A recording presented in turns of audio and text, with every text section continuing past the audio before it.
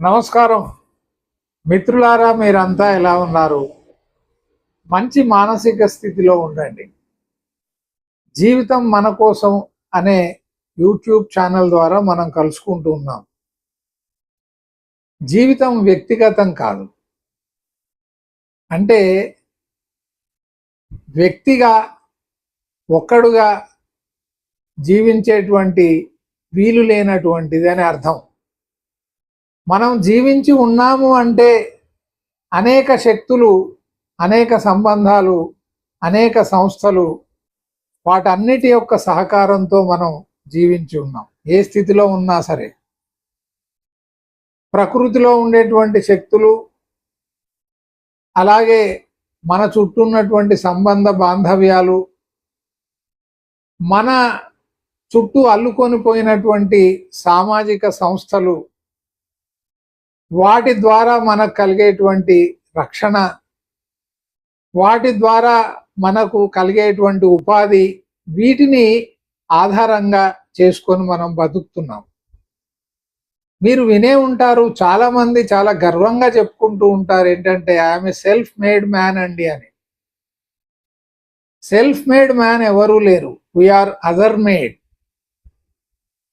అంటే ఎంతోమంది మనల్ని పెంచితే, పోషిస్తే, సహాయం చేస్తే, ఆదుకుంటే, అలాగే ఎంతోమంది మనల్ని మోసం చేస్తే, దగా చేస్తే, జీవితాన్ని అర్థం చేసుకొని ఈ విధంగా మనం బ్రతుకుతున్నాం.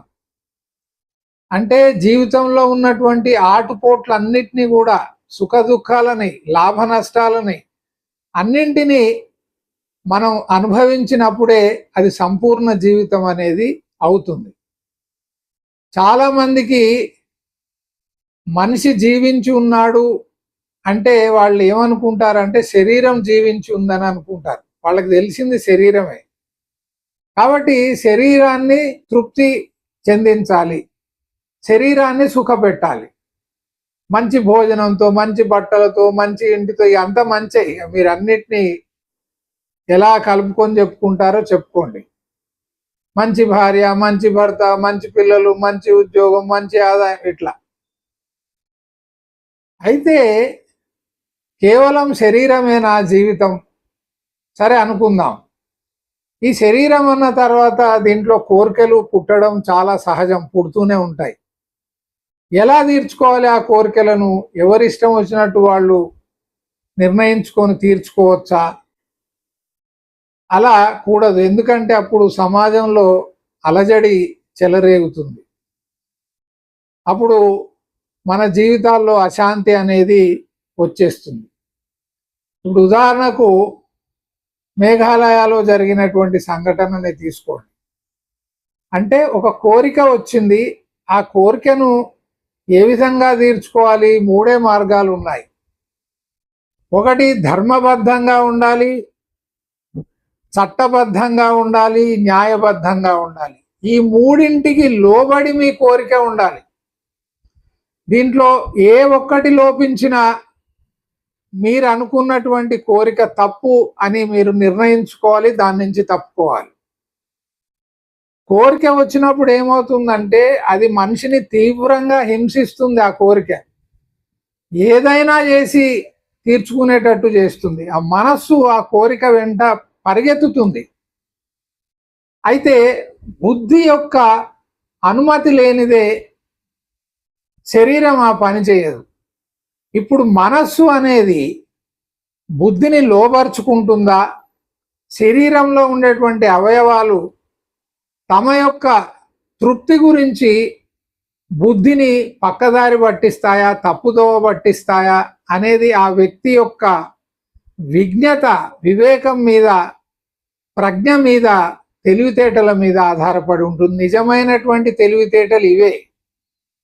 ఏ గ్రేడు, ఏ ప్లేస్ రావడం కాదు. నిజమైన తెలివితేటలు ఏవంటే మనకు జీవితంలో ఎదురైనటువంటి సమస్యలను పరిష్కరించుకునేటువంటి వివేకము, అలాగే మన శరీరంలో కలిగేటువంటి అనేక కోర్కెలను ఏ విధంగా అదుపులో ఉంచుకోవాలి, ఏ విధంగా వాటిని తీర్చుకోవాలి అని తెలియడం. అది తెలియకపోతే జీవితం అంతా కూడా కుక్కలు చింపిన విస్తరాక అవుతుంది. కోర్కెలు తీర్చుకుంటూ తృప్తి పొందిన వాడు ఇప్పటి వరకు భూమి మీద పుట్టలేదు. అవి పుడుతూనే ఉంటాయి. అవి కుక్క గొడుగుల్లాగా, పుట్టగొడుగులు అంటారు కదా, వాటిలాగా పుడుతూనే ఉంటాయి. అవి ఈ కోరికలను తీర్చుకోవడానికే మనుషులకి డబ్బు అనేది అవసరమైంది. ఎందుకు డబ్బు వెనుక పరిగెత్తుతున్నారంటే డబ్బు ద్వారా వారికి వచ్చినటువంటి కోరికలను తీర్చుకోవడానికి అవసరమయ్యేటువంటి వస్తువులను కానీ వ్యక్తులను కానీ సామాగ్రిని కానీ కొనుక్కోవచ్చు. కాబట్టి భోగ సామాగ్రి, భోగించడానికి సుఖించడానికి కావలసినటువంటి ఆ వస్తువులను లేదా వ్యక్తులను పొందడానికి సేకరించడానికి డబ్బు అవసరం. కాబట్టి డబ్బు వెనుకబడ్డారు అంతే. ఇప్పుడు ఉదాహరణకి మీకు 2000 రూపాయల నోట్ల కట్టలు ఒక లారెడు ఇచ్చారనుకోండి, అప్పుడు ఏం చేస్తారు? వాటి వైపు కూడా చూడరు. అది డబ్బే, కానీ ఇప్పుడు అది చలామణిలో లేదు. చలామణిలో ఉన్నటువంటి డబ్బు అంటే దేని ద్వారానైతే మనం వస్తువులను కొనగలమో, మనుషులను కొనుక్కోగలమో, ఎందుకంటే మనుషులు అమ్ముడుపోతారు. ప్రతి వ్యక్తికి ఒక ధర అనేది ఉంది.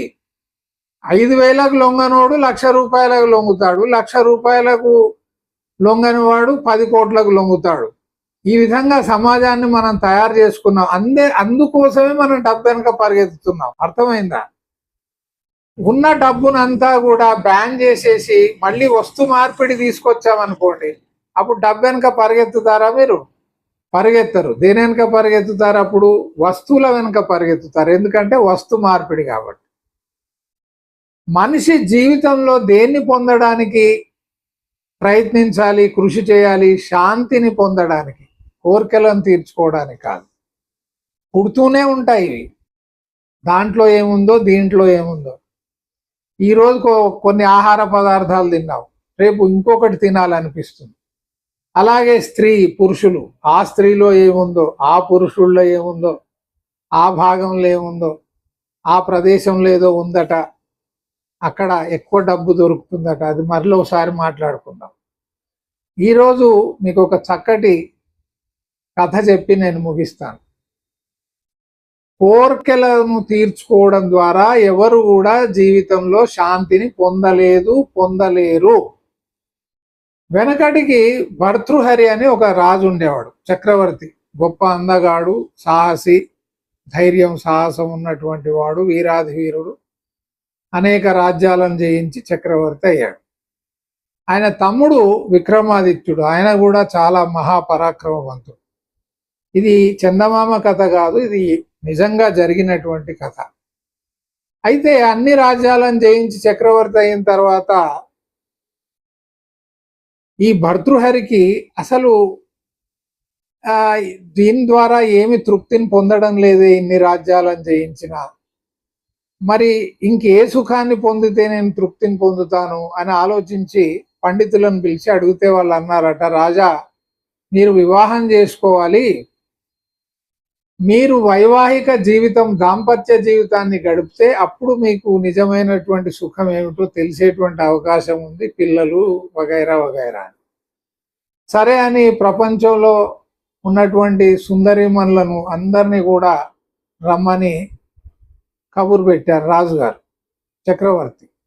అందరూ వచ్చారు, వందలాది మంది వచ్చారు, జగదేక సుందరులు అందరూ వచ్చారు.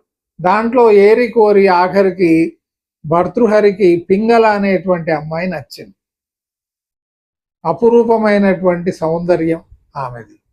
వివాహం చేసుకున్నాడు. చేసుకున్న తర్వాత తమ్ముడిని పిలిచి, నేను ఈ దాంపత్య జీవితంలో ఎంత లోతుగా సుఖం ఉందో దాన్ని అనుభవించదలిచాను, కాబట్టి నువ్వు రాజ్యం యొక్క పరిపాలనా బాధ్యతలన్నీ తీసుకో, నన్ను డిస్టర్బ్ చేయొద్దని చెప్పి ఒక భవనం ప్రత్యేకంగా కట్టించుకొని దాంట్లో రాత్రనక పగలనక ఇక దాంపత్య సుఖాలన్నీ అనుభవిస్తూ ఉన్నాడు.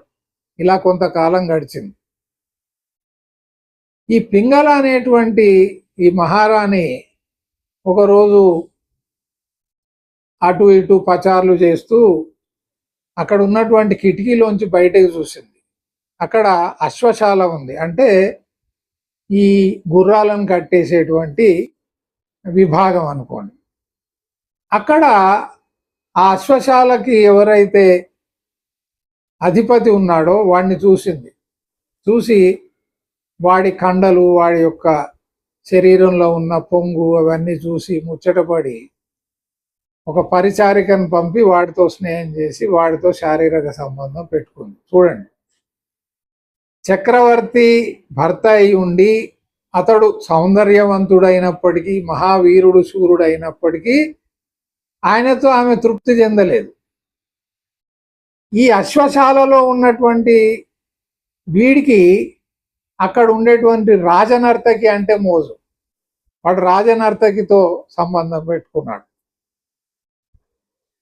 ఇలా గడుస్తుంది. గడిచిన తర్వాత విక్రమాదిత్యుడికి తమ్ముడికి తెలిసి ఎలాగైనా సరే అన్నగారికి చెప్పి హెచ్చరించాలని అనుకున్నాడు. ఇది వెంటనే ఈ పింగళ అంటే వదిన గారైనటువంటి పింగళ గ్రహించి, వీళ్ళు చాలా చతురత కలిగినటువంటి ఆడవాళ్ళు ఉంటారు, స్త్రీ బుద్ధి ప్రళయాంతకం అని అంటారు కదా, ఆ విషయానికి వస్తే మగవాడి బుద్ధి ఏం తక్కువ కాదు, మహాప్రళయాంతకం. వెంటనే పసిగట్టి ఆమె భర్త దగ్గరికి పోయి, మీ తమ్ముడి దృష్టి ఏం బాగలేదు, నా మీద మోజు పడుతున్నట్టు కనిపిస్తుంది, మీరు ఎలాగైనా సరే ఆయనను నా నుంచి దూరంగా పెట్టండి. విక్రమాదిత్యుడు అన్నగారి దగ్గరకు వచ్చాడు. రాగానే నీకు ఒక ముఖ్యమైన విషయం చెప్పి మిమ్మల్ని హెచ్చరించాలని అనుకుంటున్నానంటే, తెలుసు నీ యొక్క దుష్టబుద్ధి, నువ్వు నీ వదిన మీదనే కన్ను వేశావు, దుర్మార్గుడా, నా రాజ్యం వదిలి వెళ్ళిపో అని చెప్పి ఆయనను తీసేశాడు. రాజ్య బహిష్కరణ అంటారు. ఇది ఇలా జరుగుతుంది. ఇంతలో అదే రాజ్యంలో ఉన్నటువంటి ఒక బ్రాహ్మణుడు, ఆయన అతి దరిద్రుడు, పేదవాడు, తన పేదరికాన్ని పోగొట్టుకోవడానికి ఆయన ఇంద్రుడి గురించి తపస్సు చేస్తే ఇంద్రుడు ప్రత్యక్షమయ్యాడు. ప్రత్యక్షమై ఇంద్రుడు ఆయన అడగకుండానే ఒక దివ్య ఫలాన్ని, ఫలం అంటే పండు, ఒక దివ్యమైనటువంటి పండునిచ్చి, ఈ పండు తినడం వల్ల నీకు చావు అనేది రాదు, నువ్వు అమరుడి అయిపోతావు అని చెప్పేసి మాయమైపోయాడు. ఈ బ్రాహ్మణుడు ఆ పండును చూసి, నాకు డబ్బు కావాలి, ధనం కావాలి అని నేను ఇంద్రుణ్ణి ప్రార్థిస్తే ఈ పండు ఇచ్చాడేంటి, అమరుణ్ణి అయిపోయి చావు లేకుండా జీవించి దరిద్రంతో నేను ఏం చేసుకోవడానికి, కాబట్టి ఈ పండును తీసుకెళ్ళి ధర్మంగా న్యాయంగా పరిపాలించేటువంటి మా మహారాజుకి ఇస్తే ఆయనైనా కలకాలం జీవించి ప్రజలను కన్నబిడ్డల్లా చూసుకుంటాడని చెప్పేసి రాజుగారి దగ్గరికి పోయాడు. పోతే ఆయన అతన్ని లోపలికి ఆహ్వానించాడు. ఆ రోజుల్లో బ్రాహ్మణులను ఆ విధంగా ఆదరించేటువంటి వారు. ఆయన ఈ దివ్య ఫలాన్ని ఆయన చేతిలో పెట్టి, ఇది సంగతి మహారాజా అంటే, సరే అని తన మంత్రిని పిలిచి కావలసినంత ధనాన్ని ఈయనకి ఎప్పుడు అడిగితే అప్పుడు ఇవ్వండి అని చెప్పేసి ఈయన ఆలోచించాడు. నేను కలకాలం జీవించి లాభం ఏమిటి, నాకు ప్రియాతి ప్రియమైనది నా భార్య పింగళ, ఆమె ఎప్పుడు యవ్వనంగా ఉంటే నాకంటే ఎక్కువ సంవత్సరాలు జీవిస్తే నాకు అన్ని సుఖాలను సౌకర్యాలను కలగజేస్తుందని చెప్పేసి పండు తీసుకుపోయి ఆమెకి ఇచ్చాడు. చూడండి, ఆమె ఏం చేసింది, స్నానం చేసి తినాలండి, ఇలాంటి దివ్య ఫలం ఇలా మామూలుగా తినకూడదు, నేను తింటానులే అని అన్నది. ఆ రోజు సాయంత్రం అశ్వశాలలో ఉన్నటువంటి తన ప్రియుడి దగ్గరికి పోయి వాడికి ఇచ్చింది. ఎందుకంటే ఆ ప్రియుడు ఎక్కువ కాలం జీవించుంటే నన్ను సుఖపెడతాడనే ఆశతో. వాడేం చేశాడు, ఆ పండును తీసుకుపోయి రాజనర్తకి ఇచ్చాడు. రాజనర్తకి ఆ పండును చూసి, నేనేం చేసుకోవాలి, దిక్కుమాలిన జన్మ, నేను అందరికీ వినోదాన్ని అందించేటువంటి జీవితం, నా వల్ల ఏం ఉపయోగం అని తీసుకుపోయి మళ్ళీ రాజుగారి దగ్గరికి పోయింది. రాజు దాన్ని చూసి ఆశ్చర్యపోయాడు. ఎక్కడి నుంచి వచ్చింది నీకు చెప్పు అంటే, అశ్వశాలలో ఉన్నటువంటి వాడు ఇచ్చాడు.